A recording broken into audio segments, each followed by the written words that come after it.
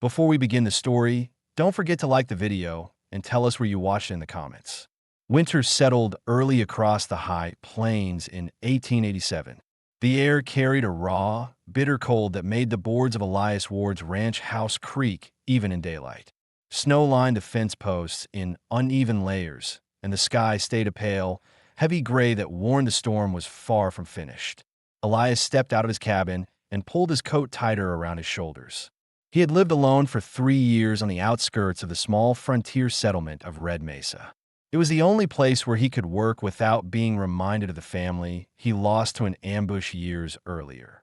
The ranch gave him purpose, repairing damaged beams, tending stray cattle, and keeping the land running, tasks that required focus and left little room for the memories that struck him in quiet hours.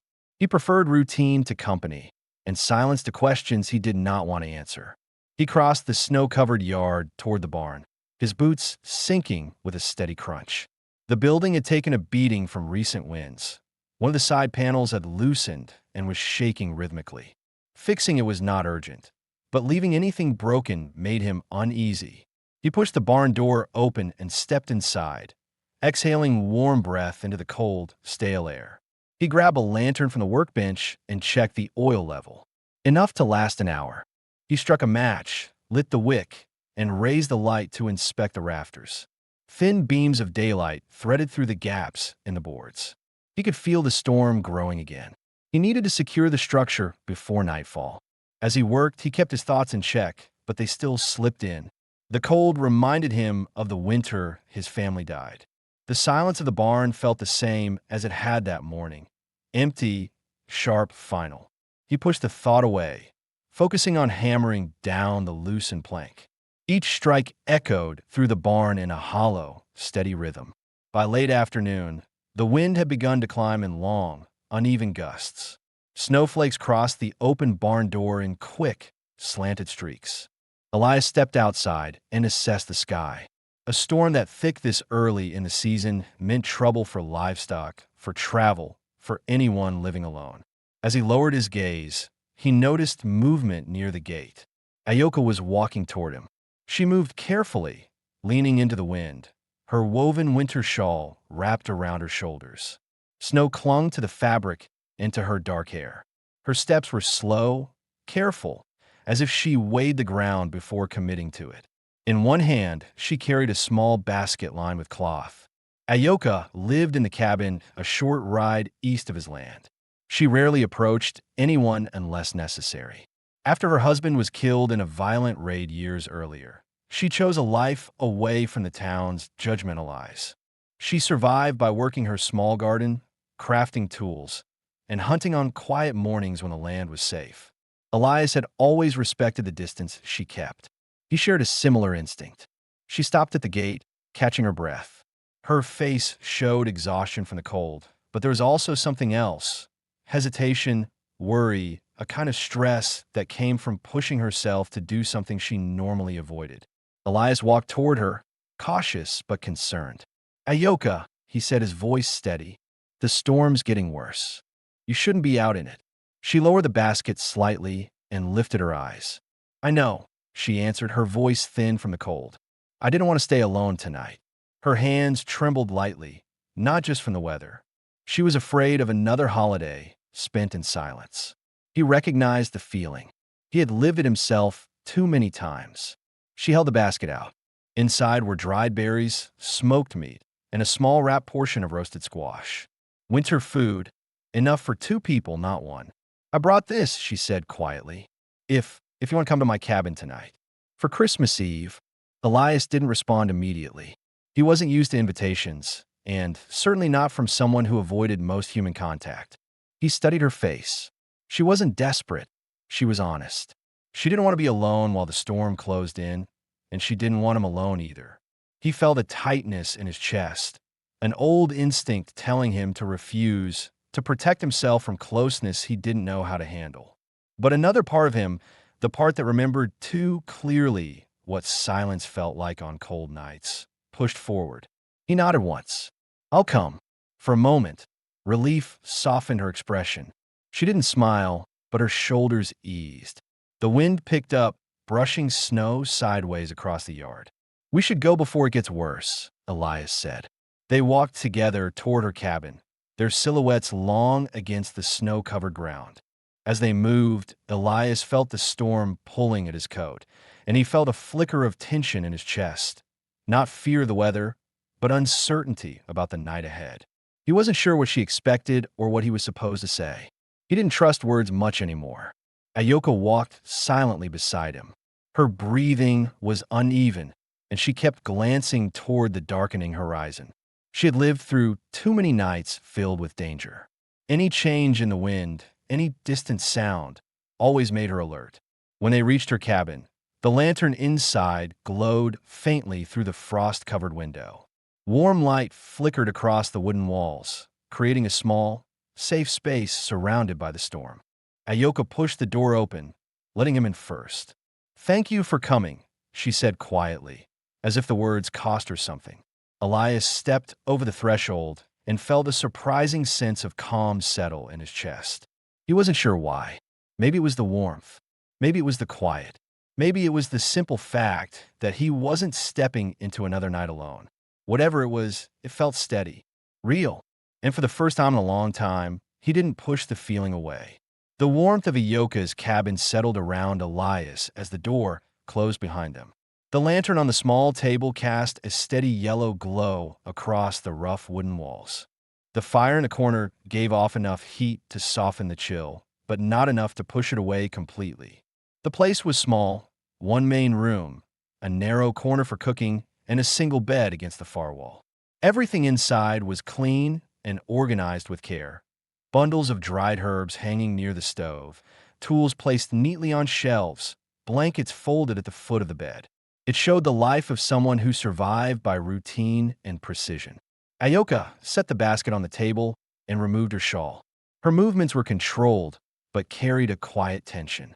She kept glancing toward the window, as if checking the storm's progress. The wind whistled softly against the cabin walls. It was a reminder of how isolated her home was from the town and how quickly help could disappear when the weather turned violent. Elias scanned the room, noting details he hadn't seen before. The stove door was slightly warped, explaining why the heat struggled to stay inside the cabin. One of the window frames had a thin gap where cold air slipped in. Her supplies were well organized, but there wasn't much of them. She must have been rationing carefully, preparing for a long winter. He felt a familiar pull of concern settle in his stomach. Ayoka busied herself with the food from the basket. "You can sit," she said quietly, nodding toward the small table. Elias pulled out a chair. The legs scraped lightly against the floor, and Ayoka flinched at the sound before regaining her composure. It wasn't fear of him, more the instinctive reaction of someone used to sudden danger. He watched her hands as she arranged the food. They were steady, but there was a faint tremor whenever the wind hit the cabin too hard. To fill the silence, Elias asked, "How long has the stove been acting up?" "A few weeks," she answered. "It works on calm nights. Fails when the wind rises." She paused, then added, "I tried fixing it. The metal won't hold shape anymore."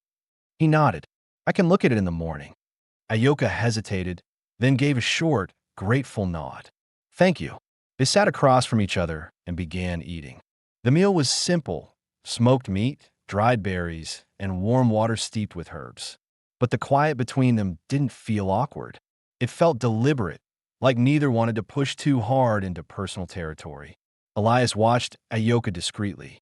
She avoided long eye contact, but whenever their gazes met, she didn't look away immediately. There was a kind of mutual respect forming, built from the understanding that both valued silence.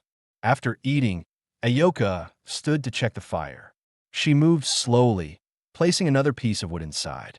The flames rose slightly, then settled again. Elias noticed the way she shifted her weight while standing, careful, balanced, ready for the unexpected. It wasn't the posture of someone fearful. It was the posture of someone who had lived through enough violence to never let her guard fully drop. He also noticed something else. She had locked the door after they came in. Not because of him, because storms made people unpredictable and the settlers nearby were not always kind. Her caution made sense. A sudden gust of wind struck the cabin. The lantern flickered. Ayoka's shoulders tensed, and she stepped closer to the stove. Elias spoke quietly. "Are you expecting anyone to come out here tonight?" She shook her head. "No one comes when the road is buried. That is why I asked you to come. I did not want another silent night with only the wind." She hesitated before continuing, "And I did not want you out there alone." Her voice held sincerity, not fragility. She wasn't asking for comfort. She was stating a fact she had weighed carefully before crossing the storm to reach him. Elias absorbed her words. Something in them stirred a quiet ache in his chest. He wasn't used to being considered by anyone. Most people in town avoided approaching him unless necessary. His silence, his history, and his reputation as someone who had lived through violence made him a man others respected from a distance. Being invited here meant more than a shared meal. It was trust. He looked around the cabin again, noticing a small detail he had overlooked: a leather strap hanging beside the bed, worn from use. It belonged to her late husband. It hadn't been moved. She kept it close, not out of grief, but as a part of the life she had built alone since his death. Elias realized she wasn't trying to replace anything from her past. She was trying to survive the present. The wind struck again, harder this time. The walls shook slightly. Ayoka exhaled slowly. "It will grow colder tonight," she said. "The stove cannot keep the room warm for long. You should know this, so you do not think you must leave when it worsens." Elias understood the meaning behind her words. She was preparing him for what the night might demand. Practical closeness, not intimacy. Survival, not embarrassment. "I'm not going anywhere," Elias said. Ayoka nodded once, relieved, but careful not to show too much. She moved back to the table and sat beside him this time, closer to the fire's warmth. The room felt smaller now, but not cramped. More like a place where two people finally allowed themselves to rest without feeling watched or judged. A thin crack sounded from the window frame as the wind pushed against it. Ayoka turned her head sharply, then relaxed when it stopped. Elias studied her reaction, understanding it clearly. "Do you get trouble out here?" he asked. "Sometimes," she said. "Strangers passing through. Men looking for a warm place. Men who think I am an easy target." She looked directly at him. "I am not." Elias held her gaze. "No, you're not." Her expression softened slightly at his tone. She seemed to draw comfort from the certainty in his voice. They stayed seated, close to the fire, letting the quiet settle around them again. The storm outside grew stronger, but inside the cabin, something steadier formed. A sense of shared ground, shared vigilance, shared presence. Elias felt a slow shift inside himself. He hadn't expected to remain here tonight. He hadn't expected to feel something like calm in another person's home. But the longer he sat beside Ayoka, the more natural it felt. For the first time in years, he didn't rush to fill the silence with work or routine. He simply stayed. The fire dimmed as the night deepened, leaving the cabin lit by a single lantern and the faint glow of burning embers. Elias adjusted another piece of wood into the stove, but the warped metal protested with a dull, uneven clang. The flames rose only slightly. Ayoka watched quietly from the table, her posture steady but alert, as if she expected the wind to push straight through the walls at any moment. Outside, the storm struck in long waves. Snow whipped against the cabin roof, and the wind carried a low, distant howl that reminded Elias how far they were from the safety of the town. Here, every noise mattered. Every shadow had weight. Ayoka moved to the window and pressed her fingers along the frame, checking the thin crack again. "It keeps widening," she said. "I fixed it last week, but the wood is too old now." Elias studied her expression. She wasn't anxious. She was calculating, judging whether the frame would hold through the night. Her self-reliance impressed him, but also concerned him. She had been handling too much alone, with limited tools and no help. He wondered how often she had faced nights like this without another soul nearby. He stood and inspected the window himself. The gap was small but deep enough for cold air to slip through. He pressed a folded cloth into the opening, enough to soften the draft. "This should hold for tonight," he said. "Tomorrow I'll cut a new piece of wood to seal it." Ayoka's shoulders eased, even if only slightly. You work fast, she said. It's easier when the storm hasn't damaged everything yet, Elias replied. She glanced toward the stove, then back at him. You fixed many things in your life, she added quietly. Her tone carried a careful curiosity. She wanted to understand him without overstepping. He knew people in town whispered about his past. They knew he had lost his family, but not the details. They didn't know how long he had wandered after that, or how many nights he had slept in abandoned shacks, barns, or open land with nothing but the cold for company. He didn't speak about those years often, but sitting in Ayoka's cabin, with the storm pressing against the walls, he felt less guarded. I learned because I had to, he said. There were months when I lived out in the hills. If something broke, it stayed broken unless I fixed it. That's all. Ayoka nodded. That is how I lived after my husband died. I did everything with my hands, whether I wanted to or not. The air between them shifted. Not heavy, just honest. She walked to the stove, her steps small but deliberate. Elias noticed a detail he hadn't seen before.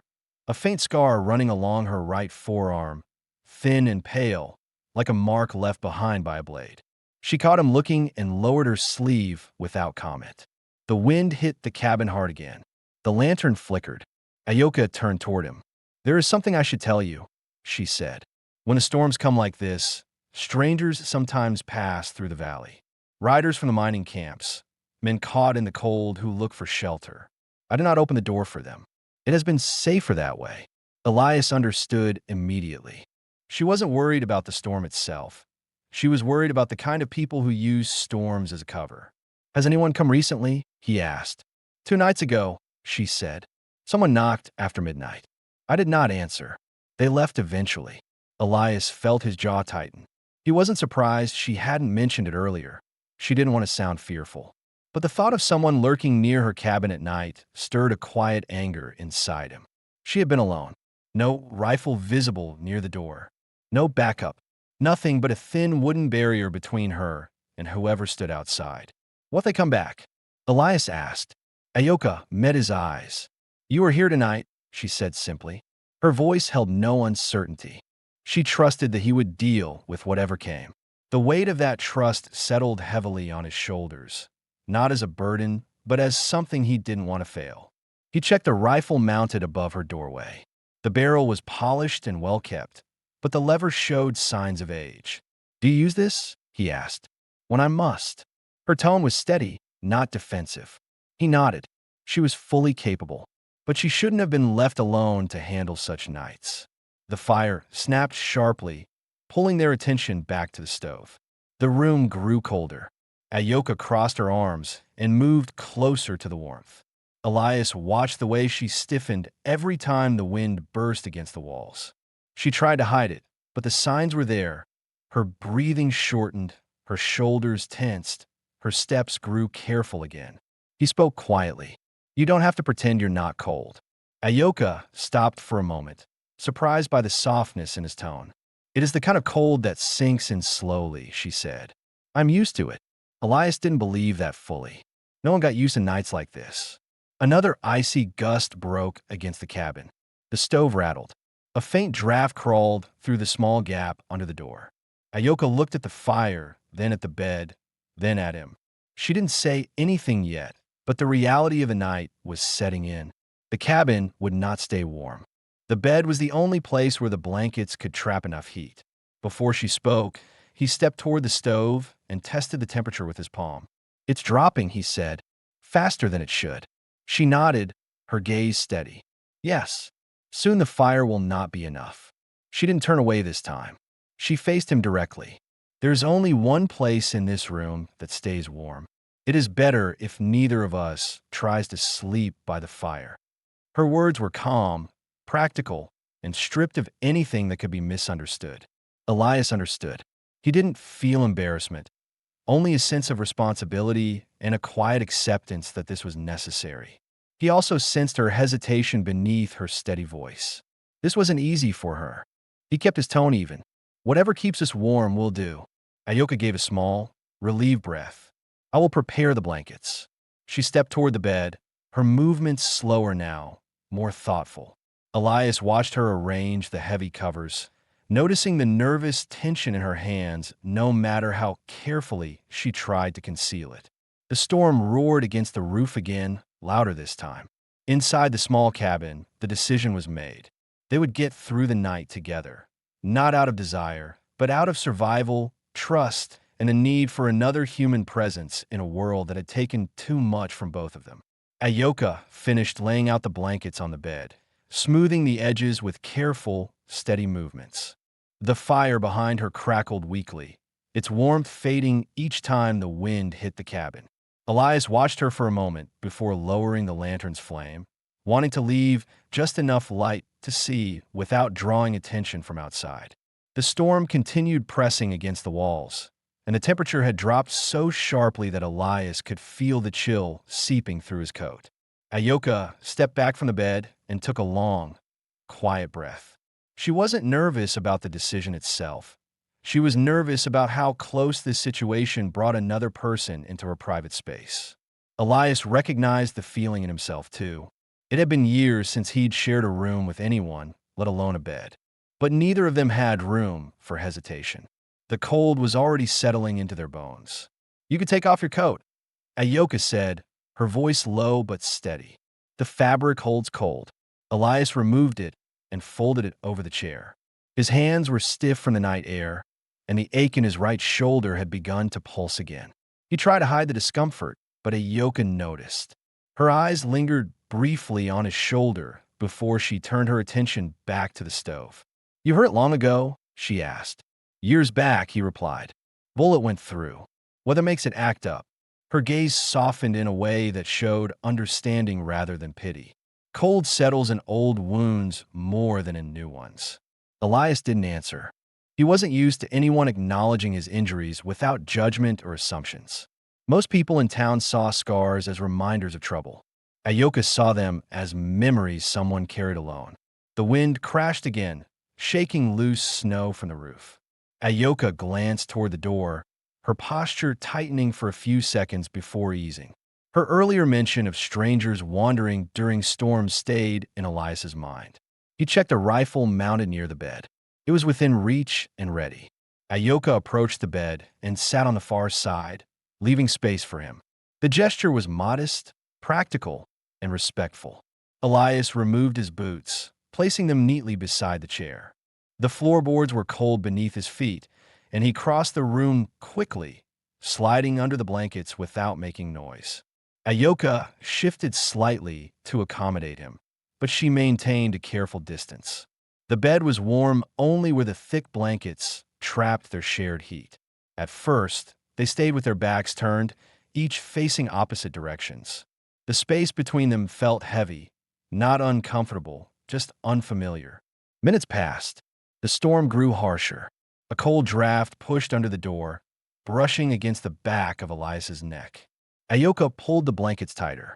The fire dimmed further, unable to combat the chill spreading through the small cabin. Eventually, Ayoka spoke, her voice barely above a whisper. "If you start to freeze, you must move closer. Do not wait." Her tone was practical, but Elias could hear the underlying concern. She wasn't saying it for her own sake. She was saying it because she knew the danger of sleeping in the cold. People froze without realizing it. "I know," he replied quietly. A long silence followed. The kind of silence that wasn't empty, but full of unspoken questions and slow-building trust. Elias listened to the wind, the soft rustle of blankets, and Ayoka's steady breathing. He could also hear the faint tremor in her exhales. She was cold despite her composure. The draft strengthened, brushing across the back of both their necks. Ayoka's shoulders tightened beneath the blanket. Elias made the first move, shifting slightly closer. Not enough to touch, just enough to block the cold. Ayoka didn't pull away. She inhaled slowly, steadying herself, then shifted the remaining distance so the warmth between their bodies could finally gather. Their shoulders touched first, a small, hesitant point of contact that neither withdrew from. Then their backs aligned more naturally. Her hair brushed lightly against his collarbone. Their breaths warmed the narrow space beneath the blankets. Ayoka's body relaxed with a gradual warmth, her earlier tension easing from her muscles. Elias felt the same release inside himself, a calm he hadn't felt in years. The cold no longer crawled along his arms. His shoulders stopped throbbing. He didn't dwell on the strangeness of sharing a bed with her. It felt too necessary, too steady, too real for awkwardness. Outside, the storm raged stronger than before. Snow pounded the roof. Wind clawed along the sides of the cabin. But the warmth growing between them held firm. It was the kind of warmth only two people could generate together, not romantic or impulsive, simply human, necessary, grounding. Ayoka shifted again, only slightly, settling into a position that let her breathing steady out. Elias noticed the subtle change in her exhale. The earlier edge of fear was gone. What remained was a quiet sense of safety she hadn't allowed herself to feel in a long time. Elias kept his eyes open for a while, listening to the storm, making sure that no sound outside the cabin broke the rhythm of the night. His hand rested near the rifle, not touching it, just close enough.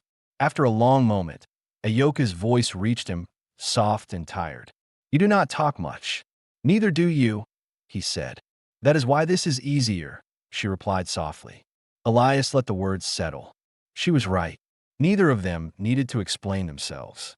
They understood the silence, the loss, the weight of living quietly on the edges of others' lives. As her breathing slowed into the even rhythm of sleep, Elias allowed his eyes to close. The storm continued its assault outside, but inside the bed, the warmth held. The night that began with tension had shifted into something else entirely, something steady, fragile, and deeply needed. By the time Elias drifted into sleep, he realized something he hadn't expected to feel. He was no longer enduring the storm. He was sharing it. Morning arrived slowly, pressing a gray, muted light through the frost on Ayoka's window. The storm had quieted some time before dawn, leaving behind a heavy stillness that felt different from the night before. Elias woke first, though he remained still for a moment to understand where he was. The warmth beside him reminded him quickly. Ayoka lay turned slightly toward him, her breathing soft, her expression peaceful in a way he suspected she rarely allowed herself. They weren't touching anymore, but they remained close enough that the shared heat still lingered between them. Elias listened to the quiet, listening for anything unusual outside. Footsteps, wind shifting, the crack of ice, but the valley lay silent. He slowly pushed himself upright, careful not to wake her. His right shoulder ached from sleeping in one position too long, but the discomfort was familiar, almost comforting. He stood and walked toward the stove. The fire had died down to a faint glow. He crouched and began arranging new pieces of wood, nudging the coals until small flames began to form. Behind him, he heard a soft breath and the shift of blankets. Ayoka sat up, pulling the covers around her shoulders. Her hair hung loose, brushed lightly over her cheek. She blinked a few times before focusing on him. "You are up early," she said, her voice rough from sleep. "So are you," he replied. She gave a faint, tired smile before lowering her feet to the floor. When she stood, she wrapped her shawl around herself and moved toward the stove. She didn't seem embarrassed or uncertain. She seemed rested, calm.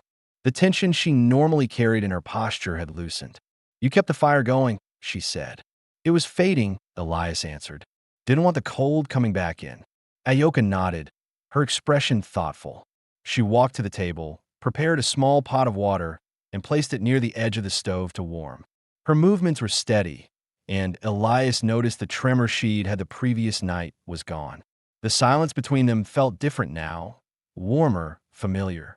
It wasn't the distance of two strangers forced together. It was a quiet shaped by the trust that had grown in the dark. Elias stood and stretched his shoulder. The ache pulsed through the joint. Ayoka noticed again. "Does it hurt you most in the morning?" she asked. "Cold nights make it worse," he replied. "I'll walk it off." Ayoka didn't press further. Instead, she walked to the door and unlatched it slowly. When she opened it, a gust of cold air pushed inside. The world outside was covered in thick snow, smooth and untouched. Trees bent under the weight of it. The sky was pale, but no new flakes were falling. She scanned the horizon with practiced caution, making sure nothing had disturbed the land during the night. Only when satisfied did she step back and close the door. "It is safe," she said. "For now." Elias moved to the window, checking the tracks around the cabin. No one came by. "That is good," she replied. "Storms draw all kinds." Her tone made it clear she still expected the possibility, not out of fear, but from experience. Ayoka served warm tea in 2 small wooden cups. She handed one to Elias. Their fingers brushed briefly, an ordinary contact that still carried weight. They sat at the table without speaking for several minutes, letting the warmth settle into their bodies. After a few quiet sips, Elias set his cup down. "We should fix the stove today," he said, "before the next storm." Ayoka looked at the metal plate, then at him. "It will take time. The plates are thin. The wind bends them. That's why I'll reinforce them," Elias said. "I'll bring the tools from my barn. Steel braces, extra nails. If we fix it right, it'll hold through the winter." Ayoka studied him with a seriousness he hadn't seen before. "You do not have to do this." "I know," he answered. He didn't offer an explanation. She didn't ask for one, but she understood. The night they had shared, out of necessity, not desire, had changed something.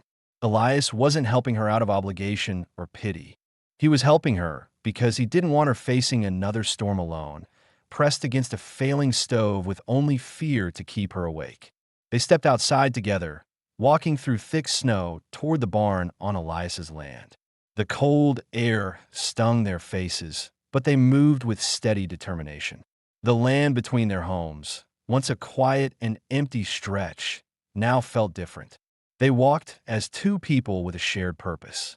Ayoka's cabin had been standing for years with only her hands to maintain it.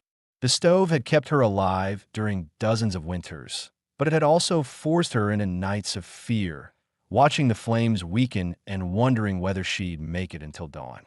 Elias saw all of that clearly now, and she saw the weight he carried, the guilt, the scars, the loneliness that had driven him to build the ranch by himself. They reached his barn, and Elias gathered the tools and the small steel pieces he had saved for repairs he never got around to finishing. Ayoka watched him work, noting every movement, measuring his intentions with the same careful observation she used for everything in her life. When they walked back to her cabin, Elias broke the silence, not with small talk, but with something honest. "You shouldn't have to patch everything alone." Ayoka slowed, looking at him with steady eyes. "I thought that was the only way." "It doesn't have to be now," he said. Her breath misted in the cold air. She didn't smile, but the quiet shift in her expression told him everything he needed to know. They reached the cabin. Inside, the fire had begun to fade again, but not enough to bring the cold fully back. Elias set the tools down beside the stove. "Let's get this fixed," he said. Ayoka nodded. Together, the storm had left the land silent, but inside the small cabin, a new kind of stillness formed, one that held neither fear nor distance. It held possibility. Elias worked through the morning with steady focus, tightening the bolts on the stove frame, while Ayoka held the metal plates in place. The air inside the cabin grew warmer as they worked, a relief after the freezing night. Their movements were natural, passing tools back and forth without needing to speak, adjusting pieces with practiced precision. Elias used the steel braces he brought to reinforce the warped sections, tapping them into place until the frame finally stopped rattling when the wind pushed against the walls. Ayoka stepped back to watch. Her arms were crossed lightly, but her expression held something close to quiet pride. "It will hold now," she said. "That's the plan," Elias replied. He tested the door again, pushing it shut with a firm click. No tremor, no draft. Ayoka knelt beside the stove and touched the repaired metal with the back of her hand, judging the temperature. Her features softened when she felt the steady heat. She stood and stretched her shoulders. "You saved me from a long winter of fighting this thing." Elias shook his head. "You saved yourself plenty of times before this. I just helped it along." Ayoka didn't deny it, but she didn't look away either. "You helped more than you think." The conversation settled there, leaving a moment of stillness between them, comfortable, unforced. By afternoon, the snowfall had stopped completely. The sky was still dim, but the storm had moved deeper into the valley. Elias and Ayoka stepped outside to clear the snow piled against the door. The cold didn't bite as sharply now, and the air carried the fresh, heavy scent left after a blizzard. Ayoka shoveled carefully, her movements strong and precise. Elias cleared the heavier patches, cutting a path that would make the cabin easier to reach in the coming days. As they worked, he noticed something he hadn't paid close attention to before. Ayoka's land was isolated not only by distance, but by choice. Her cabin was positioned near a natural rise in the ground, almost hidden from the main trail. The placement made sense. It offered cover, protection, privacy. Ayoka, Elias said, leaning on his shovel for a moment. How long have you been living here alone? She paused, her breath forming a thin cloud. Almost 4 years, she answered. After the raid, I stayed with my sister's family for a short time, but there were too many memories, too many questions I wasn't ready to answer. Elias nodded. Why this place? It was quiet, she said, and no one looked at me as if I owed them an explanation. She resumed shoveling, but her voice remained steady. What about you? She asked. Why build a ranch so far from the town? The question carried weight. She wasn't trying to pry. She wanted to understand him the way he had begun to understand her. Elias took a slow breath. He didn't talk about the past often, but the silence between them felt steady enough to hold it. After I lost my family, I couldn't stay in the town we lived in. Every street reminded me of them. I left, wandered a long time, took odd jobs across the territories. I stopped here because the land was open, and I could build without thinking too much. Ayoka listened carefully, her expression unreadable, but her attention complete. You built to forget, she said softly. I built to keep my hands busy, Elias replied. Forgetting never worked. Ayoka lowered her shovel. She understood that deeply, loss didn't fade just because someone wanted it to. It stayed in the corners of the mind, sharp and present. When the path was clear, they returned inside. The cabin felt warmer now that the stove worked properly. Ayoka prepared a small meal, placing dried corn and smoked rabbit into a pot to warm. Elias sat at the table, rubbing his shoulder as the stiffness settled again. Ayoka noticed and approached him. Does it always hurt like this? She asked. Only when storms come in fast, he replied. Cold gets into the bone. She walked to her shelf and retrieved a small jar of herbal salve. Use this, she said, setting it in front of him. It helps with pain. Elias examined it. You made this? Ayoka nodded. My husband taught me the blend. It works. Elias applied some to his shoulder, the salve warm and sharp with the scent of pine and resin. The relief was immediate, spreading slowly through the muscle. Thank you, he said. You help with the stove? She replied. I help with this. They shared a quiet meal afterward, seated close enough that the warmth of the fire reached both of them evenly. Ayoka's hands no longer trembled. Elias's shoulder loosened. Their breaths no longer rose in visible mist inside the cabin. When the meal finished, the light outside had begun to fade again. The sky turned a muted blue, and the air settled into a calm silence that felt earned rather than uneasy. Ayoka looked toward the door. Storm or not, she said, tonight will be colder than last. Elias understood what she meant without needing it explained. The stove would keep the room warmer now, but the temperature would still drop sharply after dark. The single bed, the shared blankets, the quiet closeness, they would return to it not because of fear, but because it had become natural. Ayoka turned back to him. Her voice was calm. You can stay here again, if you want. Elias held her gaze, steady and sure. I will. Ayoka nodded once. There was no tension in her movements this time, no hesitation. She trusted his presence, trusted his judgment, trusted that he wasn't here out of obligation. She prepared the blankets with practiced movements, but now her hands were steady. Elias lowered the lantern's flame, checked the door latch, and made sure the repaired stove held firmly. As they moved through the small cabin in quiet synchronization, the unspoken truth became clear to both of them. They were no longer surviving the storm together. They were learning how to live beside each other. Night settled quietly over the valley, colder than the night before, but far calmer. The repaired stove held steady, pushing a soft, even warmth through the cabin. Elias and Ayoka prepared for sleep with the same quiet rhythm they had fallen into, checking the latch on the door, lowering the lantern flame, arranging the blankets. There was no hesitation in their movements now. Everything felt understood. They lay down again, sharing the bed without the stiffness of their first night.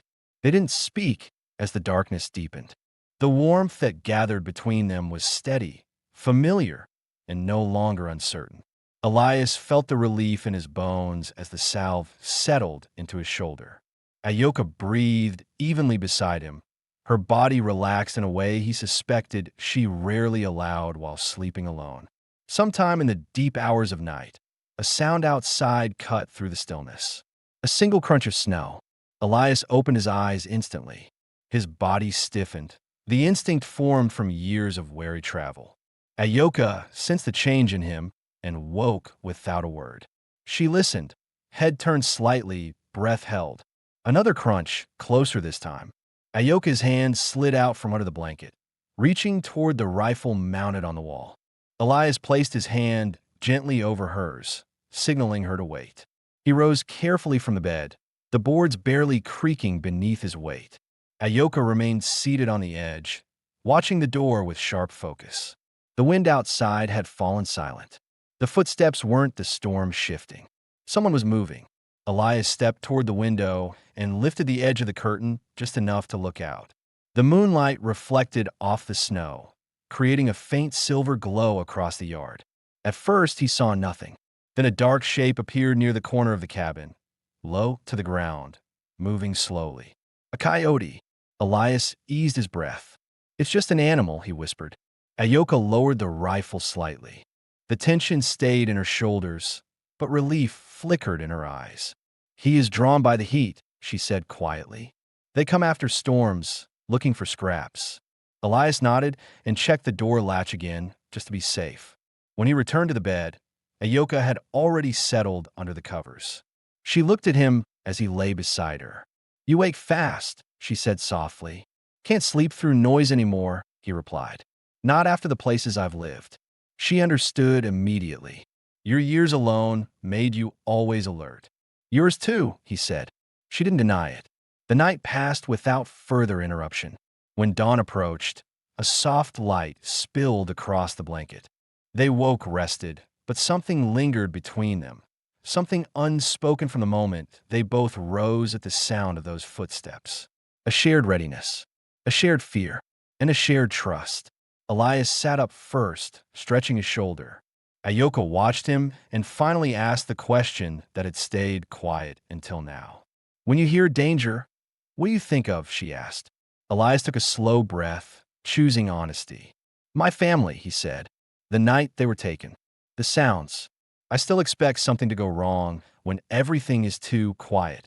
Ayoka lowered her eyes for a moment before looking up again. "I feel the same when I hear voices in the distance," she said.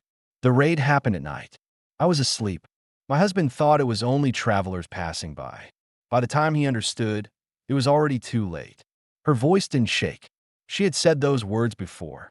To herself, not to another person. Elias listened, not out of curiosity, but out of understanding. "He tried to protect you?" Elias asked. "He did," she said. "He died doing it." Elias bowed his head. "I'm sorry." Ayoka nodded slowly. "I know you are." They sat in silence for a moment, not out of discomfort, but because the truth had settled between them. This was the part of themselves they never shared with others, the part that explained the distance they kept, the caution in their eyes, the silence they lived with. Ayoka reached for the pot near the stove and began warming water.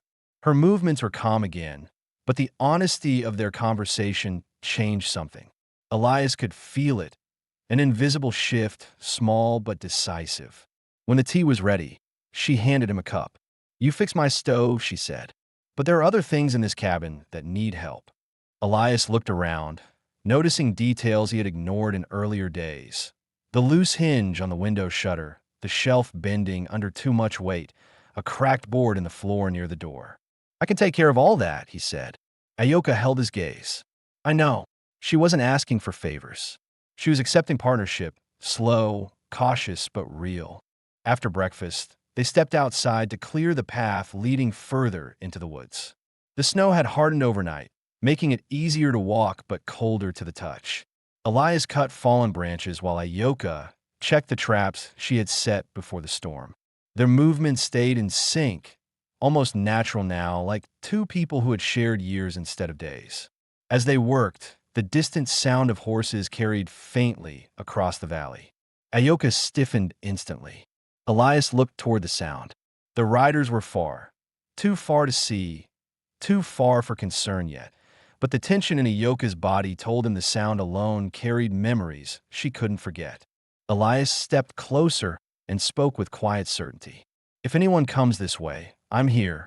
Ayoka didn't look away from the sound, but her breathing steadied. I know, she said. They finished their work in silence, but not the heavy kind. It was the silence of two people who had finally admitted the truth of their pasts and were no longer carrying those truths alone. When they returned to the cabin, the repaired stove glowed bright. Ayoka paused at the doorway, looking at its steady warmth, then at Elias. You made this place safe, she said. We made it safe, he corrected. Ayoka considered that for a moment, then gave a small nod. The tension of the earlier days had fully shifted. Their partnership was no longer built only on survival and share nights. It was becoming something grounded, something chosen, something that answered questions they had both carried silently for years. By the time evening settled over the valley, one thing was clear to both of them. They were no longer living beside each other because winter demanded it. They were doing it because neither wanted to return to a life lived alone. The snow had begun to soften under the late-day sun, leaving patches of exposed earth along the narrow trail that led from Elias's ranch to Ayoka's cabin. The sky held a pale blue tint, the first true sign that the storm cycle was breaking. Elias carried a wooden toolbox in one hand and a coil of rope over his shoulder. Ayoka walked beside him, scanning the ground for new threats out of habit, though the valley remained quiet. They reached her cabin, and Elias set the toolbox down near the door. We'll start with the window hinge, he said, then the shutter and the floorboard. Ayoka gave a small nod, an acknowledgement that she trusted his plan. She opened the door for him, and the warmth from the stove drifted outward. The repairs from the previous day had held strong. The room felt steady now, not fragile. Inside, Elias knelt by the window and removed the cracked hinge. Ayoka stood nearby, watching the work closely. You are quick with your hands, she said. Spent years fixing things no one else wanted to deal with, he replied. You fix things because you don't want them falling apart, she said. There was no judgment in her voice, only understanding. Elias paused briefly, then continued tightening the new hinge. That's part of it, he admitted. But I also fix things because it gives me something to hold on to. Ayoka listened without forcing a response. She understood the meaning beneath his words. They both searched for something stable in a world that had taken too much. As Elias worked through the cabin, strengthening the shelf supports, sealing the door gap, realigning the loose floorboard, Ayoka prepared a small pot of stew. She moved calmly between the stove and the table, occasionally glancing toward him with a quiet familiarity that hadn't existed a few days earlier. When he finished the repairs, Elias sat down, rubbing the stiffness from his hand. Ayoka placed a bowl in front of him and sat across the table. The smell of simmered corn and herbs filled the cabin. They ate slowly, letting the silence fill the room in its usual comfortable way. Elias noticed Ayoka studying him, not with suspicion, but with focus. You used to have a purpose, she said gently. A family, a direction. Elias didn't look away. I did. And now? She asked. He thought for a moment. The stove crackled softly behind them. I've been trying to figure that out for years, he said. Working the land was enough for a while, but it didn't replace anything, didn't fill anything. Ayoka absorbed his words, her expression steady. Maybe purpose changes, she said. Maybe it becomes something smaller, something quieter. Elias nodded slowly. Maybe. Her hand brushed the rim of her cup. She hesitated, searching for the right words, Not dramatic, just honest. I want to ask you something, she said. When the weather clears, will you go back to being alone on your ranch? Or will you come here sometimes? Elias held her gaze. There was no fear in her question, only vulnerability and a courage he recognized. I don't want to live like before, he said. I don't want to go back to silence.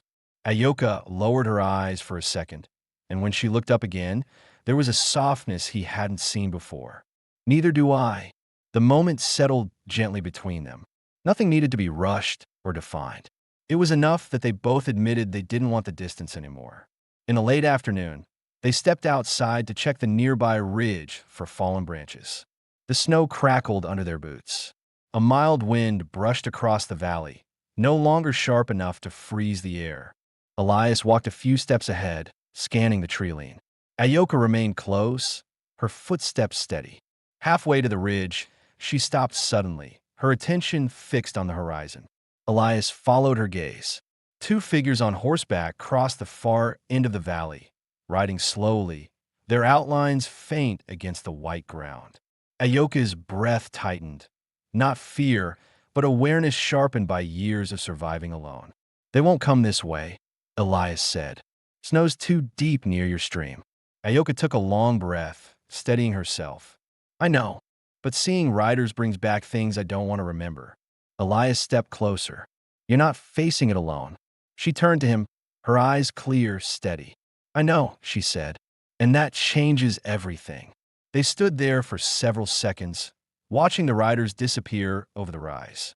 The weight of the past didn't vanish, but it loosened its grip.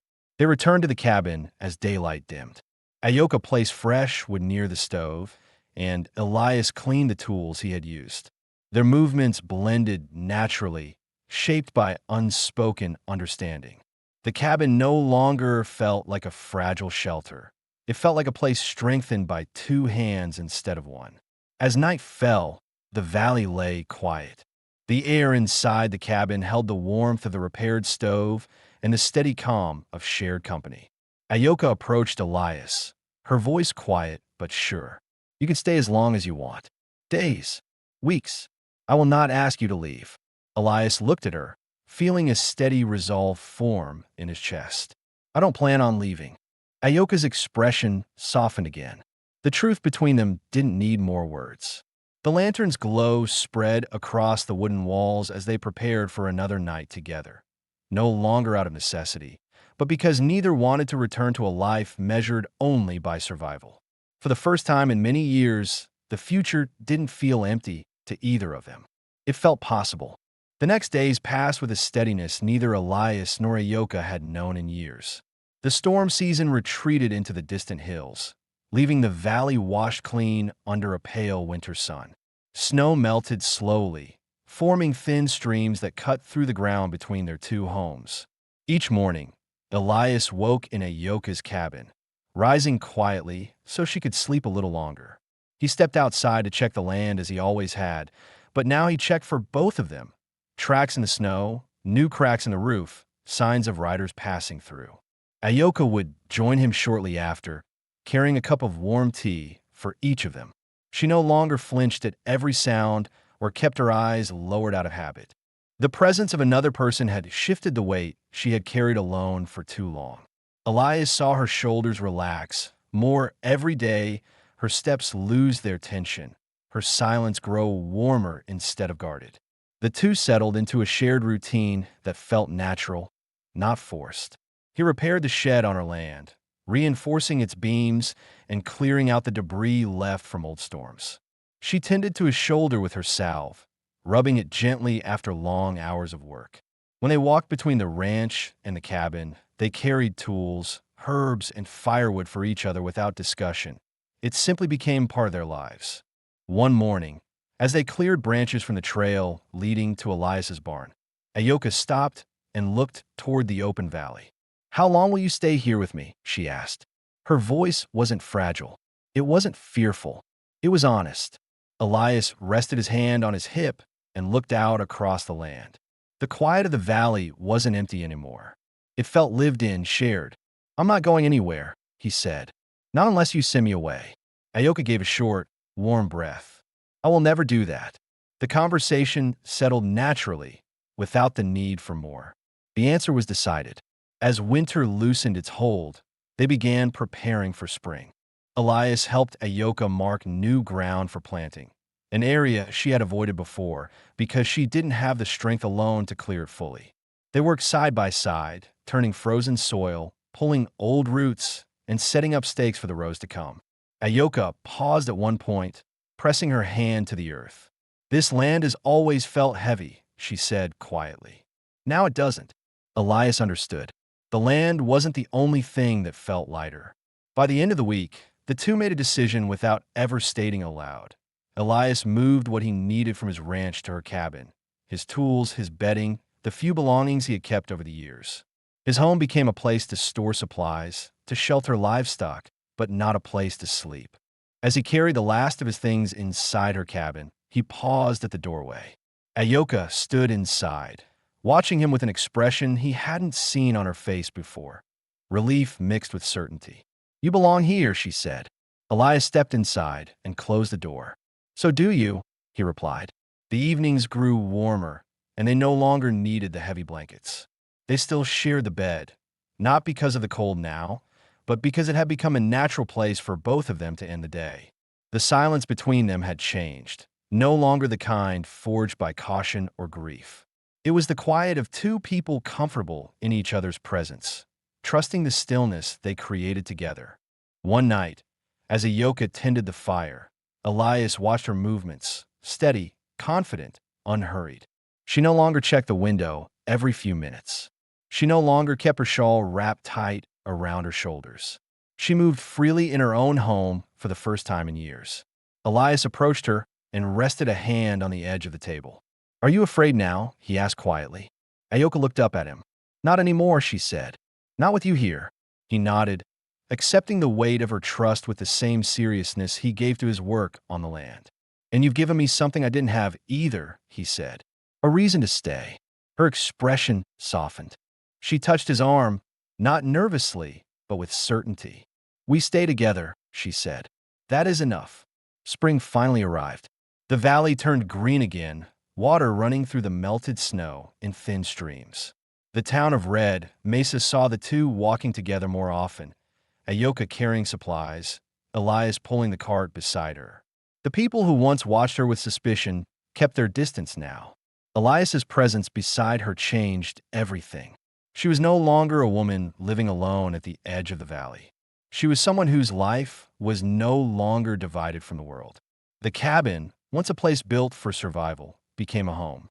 Elias finished building a new storage shed, repairing the garden fence, and setting new posts around the property. Ayoka planted seeds in the soil they had prepared together. Every movement between them felt steady, rooted in the days and nights they had shared. On the next Christmas Eve, 1 year after the storm, the valley lay silent again, but there was no fear in that silence. No isolation. No cold waiting to creep into the corners of their lives. A warm fire burned in the stove. Fresh herbs hung beside the window. Their bed was neatly made, the blankets clean and warm. Elias stood by the door, watching the snow fall gently outside. Ayoka approached him, her steps light. "It's quiet tonight," she said. "It's a good quiet," he replied. She rested her head against his shoulder, and he wrapped an arm around her, holding her close with the ease of someone who had found the place where he belonged. They stayed like that for a long moment, listening to the soft crackle of the fire and the gentle wind outside. No fear, no distance, no loneliness. Only a home built not from necessity, but from choice. Ayoka lifted her gaze to Elias. "You stayed," she said. "I'll always stay," he answered. And the story that had begun in a snowstorm, fragile, uncertain, shaped by survival, finally settled into something whole. A life shared, a future chosen, a quiet happiness earned.